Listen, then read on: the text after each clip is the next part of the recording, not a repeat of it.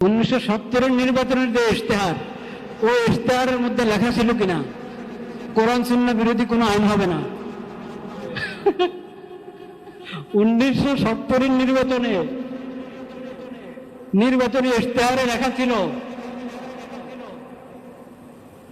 যে কি করবে না, কোরআন সুন্নাহর বিপরীত কোনো আইন হবে না। 70-এর নির্বাচন হয়েছে, যৌথ নির্বাচন, পশ্চিম পাকিস্তান পূর্ব পাকিস্তান, কিন্তু সেই নির্বাচনের পরে ইনসাফ করা হয় নাই।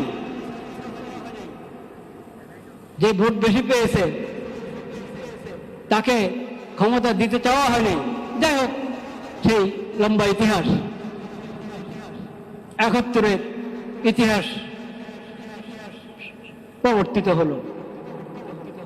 71 থেকে নিয়ে এখন 2025 আমাদের সংবিধানে হোক বা নীতিমালা হোক বা এমনি আইন হোক, যেটা এই আলাদাভাবে কি বলো ওটাকে, কোডের মধ্যে আপনি দেখেন, দেশের কোড আছে না, কোডে দেখেন কি কি আইন পর্যালোচনা করেন, কোরআন সুন্নাহ বিরোধী অনেক কিছু পাবেন। ওই কথা রক্ষা করা হয় নাই। কোরআন সুন্নাহ বিরোধী কোনো আইন হবে না, ওই কথা রক্ষা করা হয়নি। এজন্য ওই 70 থেকেই তো মানুষ দেখছে যে বলা হয় একটা, করা হয় আরেকটা। তো কতদিন এই কথা বিশ্বাস করবে মানুষ? এখন এই কথা বললে হবে না, এখন স্পষ্ট কথা বলেন, কোরআন সুন্নাহ যা আছে আমরা ওটা মেনে চলব।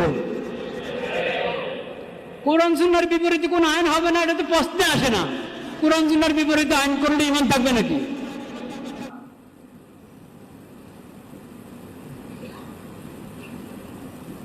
বলতে হবে কোরআন সুন্নাহর বিধানগুলো আমরা মেনে চলবো, বাস্তবায়ন করব। আল্লাহ তাআলা সেই সৎ সাহস দান করেন।